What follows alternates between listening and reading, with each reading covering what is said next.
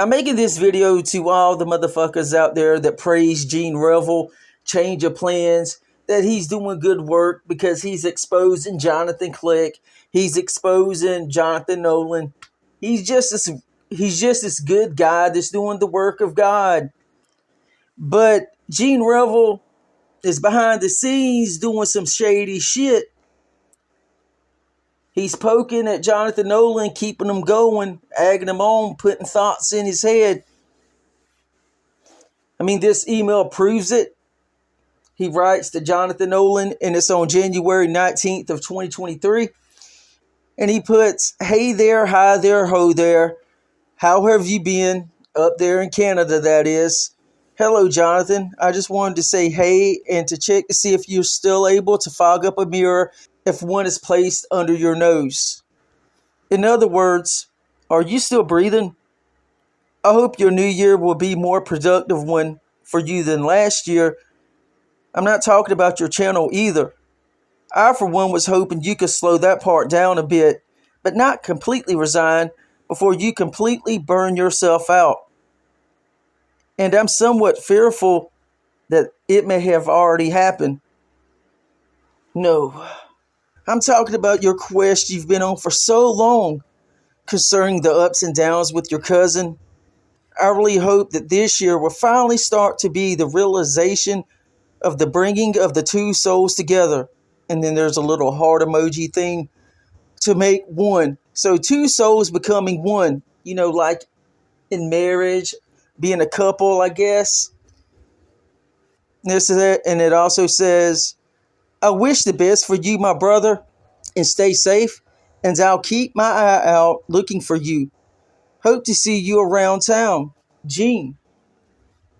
So Gene knew exactly what he was doing when he put the two souls coming together. And then he had the heart emoji.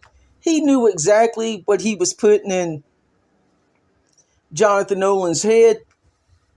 So, again, I say, Gene Revel ain't this good guy. He's behind the scenes poking at Jonathan Nolan, trying to keep it going, so he can then in turn make a video and talk shit about Jonathan Nolan. So my question to you, Gene Revel, do you think it's okay for two cousins to become one? Their two souls becoming one and being together? If not, you need to stop poking at Jonathan Nolan, putting that shit in his head. Well, there's my little Bobby McGee. And how's my favorite Elvis Presley worshiper doing today?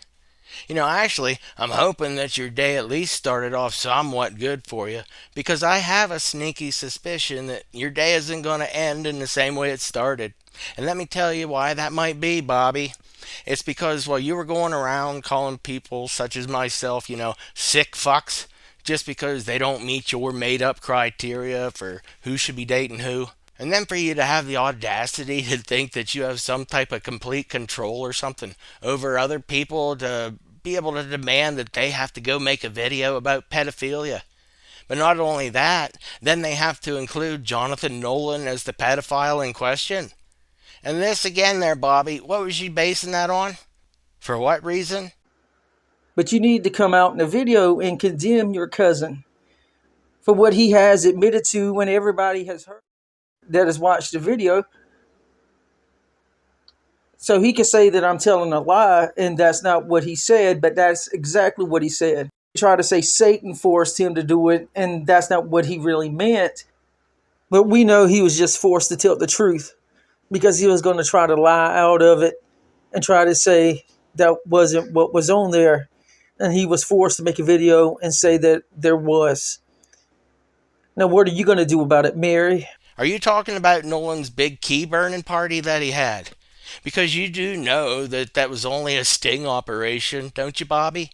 It was only a snare that he tried pulling off in order to see how many moths were going to be gullible enough to fly into the fire all on their own. And you turned out to be one of the very first stupid bugs to get zapped now, didn't you? Only you're just too out there to be able to recognize it yet. Didn't you think that it was a little funny that Jonathan waited almost a whole day before he said that he was going to come clean with you, Bobby? But you shut him off right after you heard those words, and you completely ignored that he was talking about the animated drawings that will illustrate the children as being, quite a bit more sexualized, and that he supposed that this could be considered as pedophilia. But it wasn't actual pedophilia that he lured you in with, Bobby. It was what he said could be considered as pedophilia by others. Not that it was. But you didn't want to hear that part, did ya? And you fell for the trap and your ass got burnt. Because that's where you turned your tiny little ears off to hearing any more about it, and you started calling Nolan a Geppetto. And then you couldn't wait long enough, after he'd said that it could be considered as pedophilia related. Because that's when you decided to try to act like big man on campus or something, and you started throwing your weight around by demanding of others to write and to say and to do whatever you tell them to write or to say or to do. She needs to come out in a video and condemn your ass, because she didn't mind any other time coming on video holding up knives and acting all crazy. If we're going to be honest about the situation, Gene, you're not really trying to help people and warn them about Jonathan Clegg changing scriptures to fit his narrative and all that. No, yeah, that may be what you use to get people to come, but you're doing it riding off of him, trying to become popular. That is your motivation. It's not to actually help people. And I know you get mad when I bring this up, but it's the truth. But like I say, you need to show the whole story instead of putting a little bit out there. Tell the whole story, Gene. I'm not sure if you're aware of this or not, Bobby, but I really don't take kindly to people trying to tell me what I have to write and say in order to participate in any of their reindeer games. It's just not going to happen. And especially when it comes to all your cheesy reindeer games, Bobby, it's just not going to happen. I mean, it's bad enough that you keep popping up like some cheap knockoff whack-a-mole game, but to come across at me trying to demand that I have to make a video about what my beliefs are when it comes to dating a cousin. And how close is too close for comfort there, Bobby? And you want me to base this video exactly on what? Is there a standard out there that you've been going by that I'm supposed to be following or something? Because that's sure the way you seem to be portraying it to everybody else. I don't believe that I've ever tried to pass myself off as some type of specialized doctor, have I? So who in the hell am I to have even wanted to try to force some type of opinion-driven doctrine out there, only to be judged by dirty little weasel moles like you, Bobby McGee? I don't give a shit, because I see all. Not that I wake up knowing all, but if I pull from the source, I can know everything, which I really don't do quite often, because I don't want to know everything. But you really just sound retarded to me. I don't give a shit, because I see all. Not that I wake up knowing all, but if I pull from the source, I can know everything, which I really don't do quite often, because I don't want to know everything. But that's what it boils down to, I think. You just sound retarded. And exactly where did you get your credentials again? Because you're saying all this is because you're worried about the genetics of the whole thing, aren't you? And if it's not that, then where's your beef coming from? So it's pretty apparent to me that you think and believe that you're the individual that we should all be setting our standards to. Really, Bobby? So how many generations set apart were your mom and dad whenever they came together and blessed the world with you? A beautiful specimen of what turned out to be a genetically perfect hypocrite. Somebody who just loves to sit there and stir the shit pots. You're no different than Jerry Springer when he got out there and stirred the trailer trash fires as long as he could. If you think that was wild and crazy, then click here to keep watching. And don't forget to subscribe. All you have to do is click here. And one more thing, take care of yourself and each other. So how would you feel about changing your name to Jerry for everybody, since you turned it to Bobby with no problem? So that way they'll have an idea that there's just a huckster standing behind those words. I don't give a shit, because I see all. Not that I wake up knowing all, but if I pull from the source, I can know everything, which I really don't do quite often, because I don't want to know everything. But it does involve you, Marianne. what Jonathan Nolan is, being a Geppetto. And maybe that turns you on, Marianne. Maybe that turns you on. But there's one thing that I am sure of, though, in this whole accusation swamp. The one thing that I am sure of is that I'm sure that I never once suggested that Jonathan was a pedophile. Why would I say something like that if I don't think he is one? I've said plenty of things, haven't we all? But I've never once called you a pedophile, Jonathan, and I think you know that. And that's exactly why I didn't get burnt in Jonathan Nolan's fiery snare, like somebody else out there we all know did. Eh, Bobby? Nolan has already mopped the floor with you on every single thing that you've tried putting out there.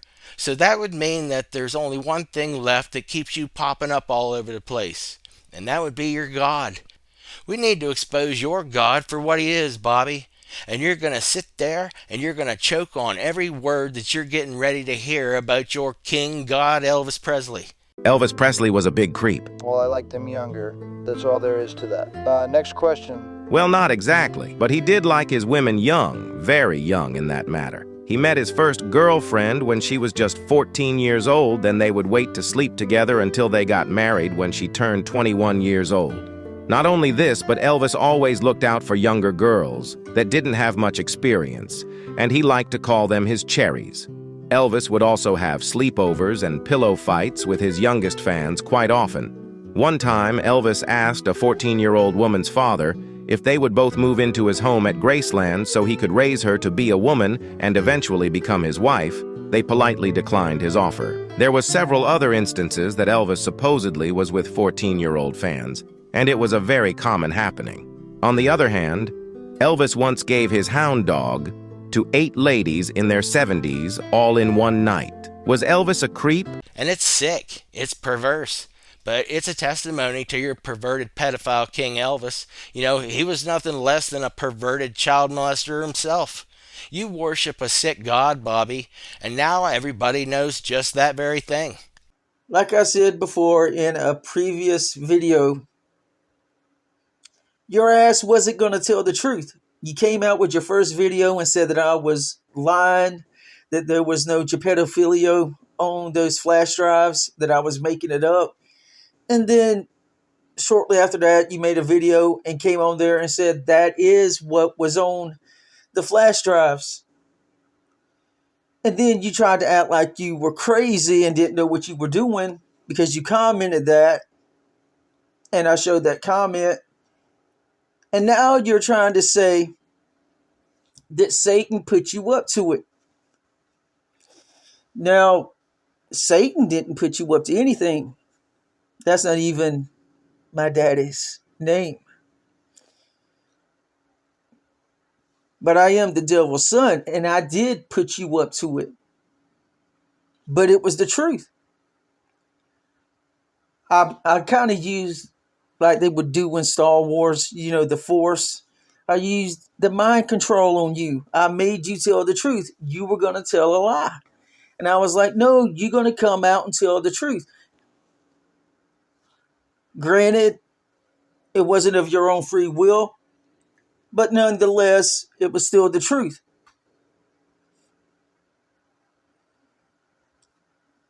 Do I regret doing it? No, because I didn't make you say something that wasn't the truth. And I don't like using that power.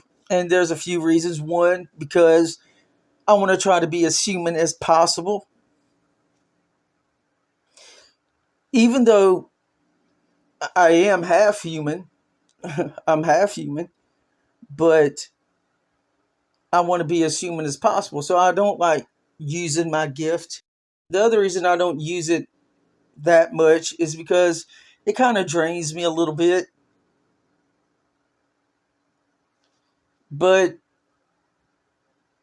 yeah, you did it to yourself.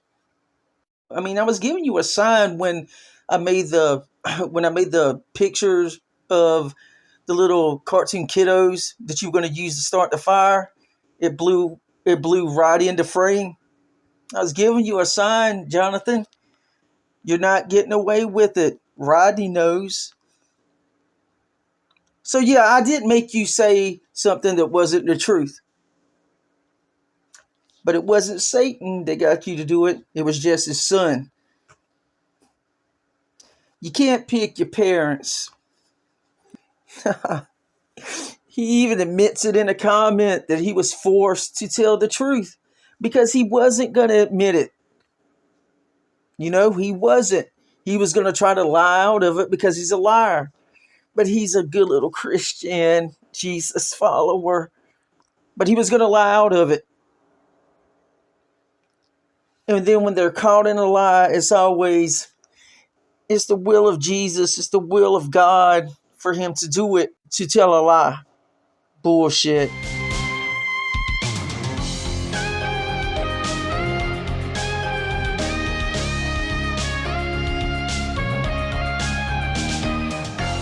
What do you think attracted a 24-year-old to a 14-year-old inexperienced? Or am I telling you just as I say that? Is that what attracted him to you? The inexperience, yes. Thought, well, I'll just be with someone and teach her. I think a lot of older women would have put up with a lot of the things that went on. I listened to him and did what he said. So I was on YouTube last night and I came across this video from Priscilla Presley doing an interview with Barbara Walters in 1985 where she was talking about her relationship with Elvis Presley. I'm seeing a lot of stuff about Priscilla Presley and her daughter Lisa Marie Presley because unfortunately Lisa Marie, who's Elvis's only daughter, just recently passed away, so rest in peace to Lisa. There's a lot of stuff popping up with her mom, Priscilla, and one of them was this interview. There was nothing in the title of this video about anything being disturbing or messed up or weird, so when I clicked on it thinking I'm just gonna hear this like normal interview, I was so taken aback and blown away by her relationship with Elvis that I cannot believe I never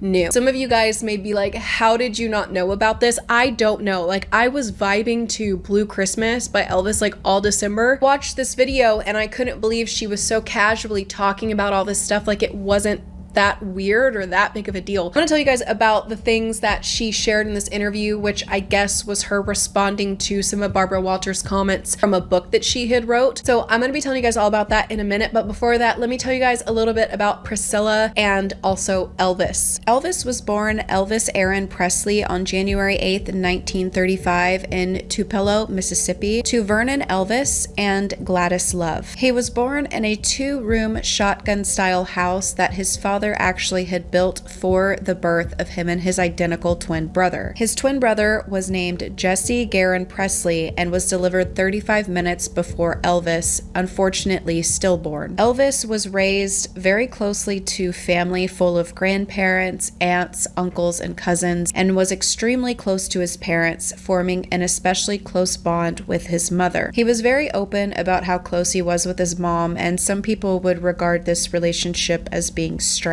She was definitely the #1 girl in his life, and he had dedicated his career to her. Throughout her life, Elvis would call her by pet names, and they communicated by baby talk. People thought it to be strange that Elvis even shared his mother's bed up until he was a young teen, but they actually didn't have a lot of money, so this was due to the fact that they were extremely poor and they couldn't afford 2 beds. It's said that it was agony for her to leave Elvis even for a moment with anyone else, to let anyone else touch him. This may perhaps have something to do with the fact that he was a twin and she lost the first baby. Elvis said, "My mama never let me out of her sight. I couldn't go down the creek with the other kids." When Elvis was a child, his father, Vernon, had moved from one job to the next and didn't have a lot of ambition. This caused the family to rely heavily on help from neighbors and government food assistance. They would later lose their home after Vernon was found guilty of altering a check written by his landowner and sometime employer. He was jailed for 8 months while Gladys and Elvis moved in with relatives. In the late 40s, the family moved to Memphis, Tennessee, and after residing for nearly a year in rooming houses, they were finally granted a 2-bedroom apartment in the public housing complex known as the Lauderdale Courts. Elvis was 10 or 11 when he received his first guitar for his birthday, but at the time he was actually hoping for a rifle or a bicycle. Nonetheless, he ended up practicing and learning how to play, and he also enjoyed singing. singing. But at the time, he was really shy and he didn't like singing in front of people, but he obviously later overcame that fear. And interesting enough, he actually got C's in music in school, which is hilarious to think about now considering he's one of the most well-known names in music. Apart from the C's, he would also get B's and sometimes A's. He was described as an average student. But in school, he was described as a loner and very shy, and he didn't really fit in with anybody or have a lot of friends, and he was made fun of a lot because he was known as a mama's boy. And speaking of his mom, during Elvis's career, she became really depressed and lonely, and she started to neglect her health. This perhaps might have something to do with the fact that she was really close with Elvis and she struggled with him being apart from her. Unfortunately, she started to drink every day, and this contributed to her declining health. She wanted her son to be successful, but it said that she didn't want him to be so successful that he would be apart from her. She would later be diagnosed with liver problems, and her condition would worsen so much that she got admitted to a hospital. At this time, Elvis was actually fulfilling his military obligations, but got emergency leave to see her. She would die 2 days later on August 14th, and Elvis was so upset by this death, he would sob and cry hysterically and was grieving constantly. The previous year, in the spring of 1957, was when Elvis Presley was 22 years old and had purchased the home that is known as Graceland. He purchased it for just over $100,000. This would obviously be a huge deal to Elvis because growing up, he was poor, his family did not have a lot of money, and they really struggled. So for him to be able to purchase a mansion in 1957 at only the age of 22 was a big deal. Now, before Elvis met Priscilla, he had already been grooming young girls. First, let's back up to when Elvis was set up to meet Natalie Wood, who was 18 while he was 21, but she was allegedly too old for him at the time. This relationship was set up because they were both young starlets, and it's just one of those situations where their managers thought that it would look good. Natalie would later make comments about how his relationship with his mother really creeped her out. Natalie had been taken to Elvis' parents' house in Memphis, where he introduced her to his parents. Natalie didn't like Gladys, and Gladys did not like Natalie. She allegedly made up an excuse to leave the house as soon as possible, and later she broke up with Elvis. Now, in the 50s, before Elvis met Priscilla, he is said to have had a 15-year-old girlfriend, as well as allowing multiple 14-year-old little girls onto his tour bus. Now, we're going to first talk about this alleged incident that took place in 1956 with a 14-year-old victim by the name of Jackie Rowland. Her mother, Marguerite, took her to see an Elvis concert in Jacksonville, Florida in 1956, and they were super excited that they got invited backstage. Now, Marguerite was concerned because Elvis took her daughter Jackie off to the side room. So a few minutes later, she said that she opened the door to find Elvis teaching her daughter to kiss in a grown-up way. Elvis seemed completely unfazed by this and asked Marguerite if he could take her daughter to a bar. Marguerite alleges that she told Elvis that her little girl was underage and that she would be coming home with her. Before she left, she said that Elvis made Jackie a promise, saying that when you grow up, you are going to be mine. There were 3 other adolescent girls, including a 13-year-old girl named Frances Forbes. It's alleged that she began hanging around the gates of Elvis's home when she was 13 years old, and she said that he didn't pay attention to her then, but when she turned 14, that is when he noticed her. She said that 14 was a magical age with Elvis. She had 2 14-year-old friends by the name of Gloria Mowell and Heidi Hazen. All 3 of them were invited to a private pajama party in Elvis's bedroom. It was there that he taught the girls how to put on eye makeup the way he liked it. It's alleged that they would do play fighting, tickling, and even kissing. It's alleged that in 1957, Elvis asked his agent to procure more girls for him. There was an incident where he supposedly brought 3 young girls into his bedroom. All of them ended up naked, but Elvis stayed in his underwear and that they were kissing and he was fondling them. Eventually, he fell asleep with his arms around them as his records played in the background. Now, it's alleged that these young fans would end up upset because Elvis would never actually have sex with with any of them. Now, of course, these are just alleged incidences, but when you hear about them, it's not that surprising when you know the details to Elvis and Priscilla's relationship. Priscilla was born Priscilla Ann Wagner at Brooklyn Naval Hospital in Brooklyn on May 24th, 1945, to her mother Anna Lillian Iverson and her father James Frederick Wagner. When Priscilla was only 6 months old, her father died in a plane crash. Her mother would later remarry a United States Air Force officer, and this caused the family to have to move a lot. This was difficult for her as a child because she never had consistent friendships and always had to make new ones just to lose them again. The family moved around the states, but later ended up moving to West Germany, staying in a hotel called Helene Hotel. Now, the family remained there for 3 months, but had to relocate due to it being too expensive. This is when they found an apartment to rent, but later after moving in, they allegedly discovered that it was a brothel, but decided to stay anyways. Now, when Priscilla met Elvis, it was September 13th, 1959, and she was only 14 years old. She met Elvis at a party at his rented home in Bad Nauheim, Germany. And then there was a guy who was there, and he said, "Do you like Elvis Presley?" And I said, "Well, who doesn't like Elvis?" "Yeah, I do.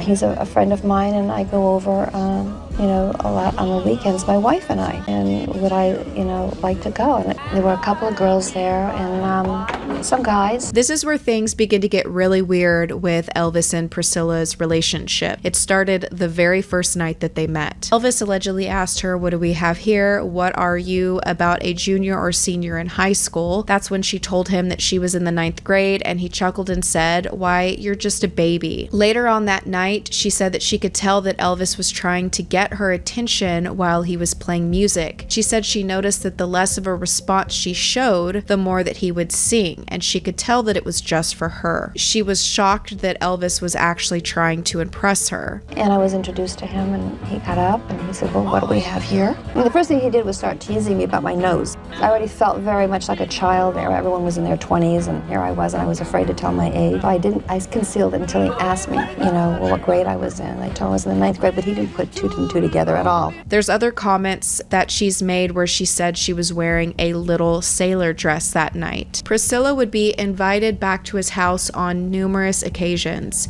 but on the 3rd night was when he invited her upstairs to be alone, assuring her, "I swear I'll never do anything to harm you. I'll treat you like a sister." Priscilla was quoted telling People magazine, "Something in his southern upbringing had taught him that the right girl was to be saved for marriage.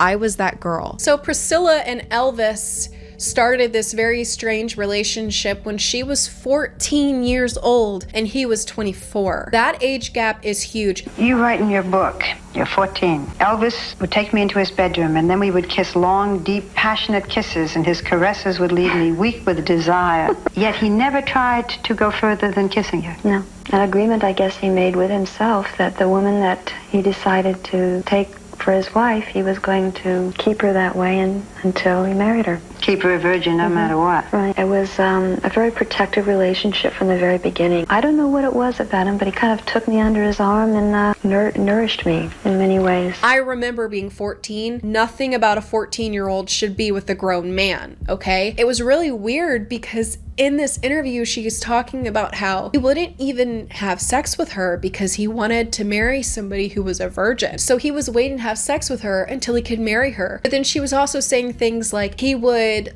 black out all of the curtains and get the room super, super cold, and they would just lay in there for weeks together. She said that it was extremely lonely, which gave me the impression that she didn't want to just be in there for weeks doing nothing. There were times when you and Elvis spent days in the bedroom. Freezing bedroom, he liked it very cold. Windows with blackout drapes so no sunlight entered, day after day. Mm-hmm. It went into weeks, yes. We stayed like that. We had our food delivered by the door. It was cold. I mean, he did like it cold, and it was dark, and it could get real lonely. And that's how he liked it at times. We had we truly lived in a bubble. I just kind of followed, what he did. I mean, you lived his life. You honestly didn't have your own life. You lived his life. You saw the movies he wanted to see. You listened to the music he listened to. You go to places that he would go. You really kind of lost yourself. It's this man who is preying on a child and is like, I want you to be pure. It's like he was like building it up to be something that he wanted it to be. It's so creepy. When they got together, like her parents had to okay this, and they basically sold their daughter to him, to be honest with you. They're like, Elvis is famous and got a lot of money, so we will just let her schooling fall apart and she can go and be with Elvis. I saw somebody leave a comment on this video and they were basically like, her parents saw that she would have better opportunity with Elvis than going to school. You were 14 years old. Elvis was 24. How did your parents allow a 14-year-old baby to be with this then superstar? It was not easy on my parents. You know, first of all, it was just an innocent meeting. Elvis did ask you back, and you saw him again and again, and you would get home very late at night and be exhausted the next day when you had to go to school. And your parents let you go again and again. I didn't want to go to school, or I said I wouldn't go to school. Please let me, you know, he'd be out of my life after 6 months, and, you know, don't ruin my life, because I really cared. And he came to the house and he was charming. He was wonderful, and my family had a lot of faith in him. I mean, this is something that has happened in the past. I've heard other stories like this where parents let their children be with older men. Like there's like a whole child bride situation that even happens in America where they will let their underage children marry old men because it benefits them in some way. Her parents probably were like, oh, he's this famous guy, let's let her go off with him. Priscilla was groomed by Elvis, and her parents allowed it. So when she was 15 years old, she wanted to move to Memphis to be with Elvis, and she said her parents let her go because they were like, oh, well, she may do it anyway. They were going through it. They were having a hard time with this, but I was in love, and they were caught between, well, if we don't let her go, you know, she'll sneak off and do it, or she'll catch a plane and go. My mother would cry and go, I don't know what to do. I feel badly because I did go through a lot. Do you think your parents should have let you go to Memphis? Yes. You can hear her giving like excuses for her parents in this interview as if they didn't do anything wrong. You're a parent of a 15-year-old. You're still their parent. They may not be a little kid anymore, but you're still their parent. You still have influence over what they do, and you can absolutely tell a 15-year-old they cannot do something like this. Priscilla told People magazine, declaring his intentions honorable, he swore that he loved and needed and respected me. In fact, he couldn't live without me, he said, intimidating that one day we'd marry. Now, Priscilla did actually move in with his father, Vernon, and his stepmother. While she was there, she was attending an all-girls school called Immaculate Conception Cathedral High School in Memphis. But even though she lived with his father and stepmother, she still spent so much time at Graceland with Elvis that she basically just lived there. And even stranger, Elvis was moving his love interest to Memphis, telling her parents, hey, she should go to school here. Like, when you're a grown man, do you not see that it's strange if you're bringing your girlfriend to live near you while she's also attending high school? I have this theory that Priscilla maybe tries to protect the legacy of Elvis a little bit. I'm not entirely sure that I believe that she just stayed with his parents. I kind of have a feeling that maybe they said that she was staying at his parents' house, but it was more of just a front. And I think that she was staying at Graceland more than they were letting on. Something about this situation shows me that he had some weird stuff up in his brain, that he felt that he could connect more with someone who was a 14-year-old child, that he would be hanging around them. So Elvis seemed to be extremely strange about sex and how he was with these girls. He wanted them very young, and he wanted them to be virgins and pure. And with Priscilla, it said that he wasn't intimate with her for years. They would hang out in the bed together, they would kiss, they would cuddle, but they would never be intimate because Elvis wanted to marry somebody that was a virgin, but he wasn't ready to marry her yet. But it's so strange to have a young girl come live with you and to not have an intimate relationship but be love interests, and to be as controlling as Elvis was, which we're going to get into here soon, to claim that you're going to treat her her like a sister. So they just continued this extremely bizarre relationship where Elvis would have Priscilla be groomed to do extremely disturbing things. She also said that they would take like explicit photos, like acting out his fantasies, and that she didn't think that there was anything weird or creepy about it. When Elvis took dozens and dozens of Polaroid pictures acting out your fantasies, all different kinds of fantasies, you learn to turn him on sexually even though you never had intercourse. Under no circumstances were his ideas or playfulness ever perverted. No. Do you feel the same way today now that you're older and you look back?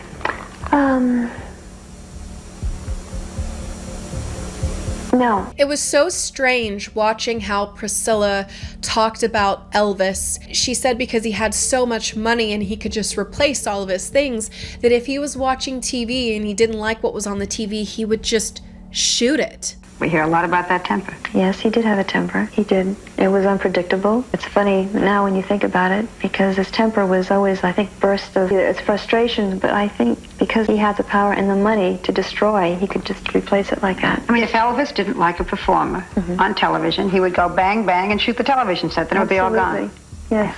He'd just blow them off the air. And then television would be replaced like that. Sometimes when he was irrational, he did hurt you. He once gave you a black eye. He once threw a chair at you. You didn't like something he sang. No. And he threw a chair at you. And it had records on it, and the records went all over the place. Priscilla has also expressed that Elvis would just pull out a weapon whenever he got mad. Not only would he pull out a weapon if he got mad at the TV, but he would just pull it out in general. She told The Guardian in 2015, "It's funny now, but scary at first. Very scary. There was no warning. Maybe he was in a bad mood that day, or maybe he would just see someone he didn't particularly care for, so he'd just pick up the gun." In 1986, Priscilla had revealed in her memoir that once Elvis had forced himself on her. This occurred after he suspected that she was cheating on him. Priscilla said that he said to her, "This is how a real man makes love to a woman." There's this clip where she's saying all this awful stuff about Elvis, and Barbara Walters was like, "What did you even like about him?" or "What was even good about him?" or something like that, because she's just saying all of this bad stuff. Another thing that she talked about was how Elvis drugged her. Like, she was like falling asleep at school and stuff like that, so he gave her drugs to help her stay awake, and she said it as if he was trying to help her. In Germany, when you had trouble getting up for classes, Elvis gave you Dexedrine. First time you'd seen pills. I didn't know what was going on as far as, pills or what they were, sleeping pills. I mean, he gave them to me to be helpful, to say, look, if it's really getting really bad and you're not doing well, take a couple of these. But he was very cautious about them, and he said, don't take them a lot, and just take them if you really need them. Gave you 2 pills, Placidil was it called? And you almost died. And he didn't call a doctor. Well, he forgot, I think, the fact that I had never taken pills, and he had given me 2, because he was used to taking 2. It didn't bother him. And he gave them to me. And I was knocked out for about 2 days. He not only groomed this child, but he then drugged this child. You'll find so many interviews of Priscilla Presley talking extremely fondly of Elvis. And like I said, I believe that she's just really wanting to preserve his legacy. Maybe it benefits her in some way. And I'm not saying that in a bad way, because if all of these things are true, and I believe that they are, if this is what helps her thrive in her life, I say go for it. But some of the things that Elvis did to Priscilla Presley was he once slapped her in the forehead because he saw that she had wrinkles from the facial expression that she was making, and he told her to stop doing it so that she wouldn't get wrinkles on her forehead. And Elvis wasn't only violent towards Priscilla, he also was violent towards his 20-year-old fiance when he was 41 years old, where he literally shot a gun at her. Also, Elvis would control the way that Priscilla dressed. She was actually naturally a blonde, which I didn't know because all the pictures I had ever seen of her, she had really dark hair and dark eyebrows, but she was a blonde, but he was obsessed with dark-haired women. So not only did he dye his own hair black,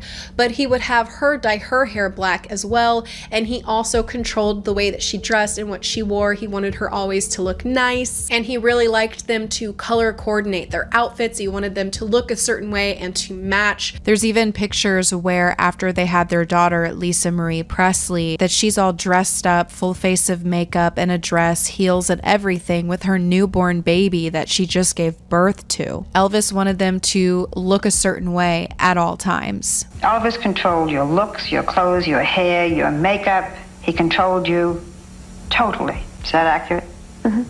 I was definitely under a spell of what I thought was love. Elvis had this idea that always looking good for each other, always making sure that that never lapsed. We cared for each other, loved each other, had fun with each other, but never to get so relaxed that I liked you the way you were before. It really reminds me of Kanye West, like how Kanye West was with Kim, where he was very controlling with what she wore. It's also said that he was extremely obsessed with the idea of virgins. He was really weird about stuff, like sex stuff. And he also had this thing where he couldn't be intimate with somebody who was a mother. Yes. You think the baby was conceived in your wedding? I would say so. And here you have this beautiful baby. Now you find that your husband doesn't want to go to bed with you. Yes. Elvis had a hard time dealing with mother and the little girl that I was to him. But he was a father to me. He was my mentor. Priscilla also expressed in this interview that one of the things that just ended their relationship was that he would get so drugged up on these pills, he would fall asleep before they could do anything. And she's like, I literally can't do this anymore. So she ended up leaving him. I kissed his hand, then each finger, then his neck, then his face. But I waited too long. His sleeping pills had taken effect. Another lonely night. How could you stand that? I didn't. There weren't too many more nights that I could take. You can just be so much to someone. I mean, I was everything to him. I loved him. I love him today. But there's times that you have to think of yourself. And I didn't want to go along with the program anymore. I don't know how I had never heard all of this before. Elvis was a creep. I didn't know this. I need to pick a new favorite Christmas song. I don't even know what to pick at this point. I'm extremely upset about it, to be honest with you. So do you remember how towards the end of his flesh life here on earth, that your God King Elvis, that he kind of let himself go a little bit, didn't he? And when they had finally found him dead on the bathroom floor, I really don't think that he would be anybody that you would want to consider as being fit. Now, would you? But do you want to know who in the Bible Jonathan Nolan would say that your King Elvis was? I mean, feel free to correct me there, Jonathan, but it's just a guess of mine. I'd guess that you would say that Bobby McGee's chubby dead king was the same chubby dead king of Moab that we find in Judges 3, verses 12 through 25. What do you think?